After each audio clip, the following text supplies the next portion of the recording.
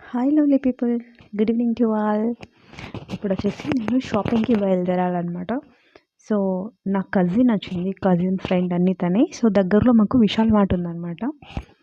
అక్కడికి వెళ్దామని జస్ట్ అంటే ప్రాపర్ షాపింగ్ అని కాదు, కానీ జస్ట్ చిల్ అవుదామని వెళ్ళామన్నమాట పిల్లల్ని తీసుకొని.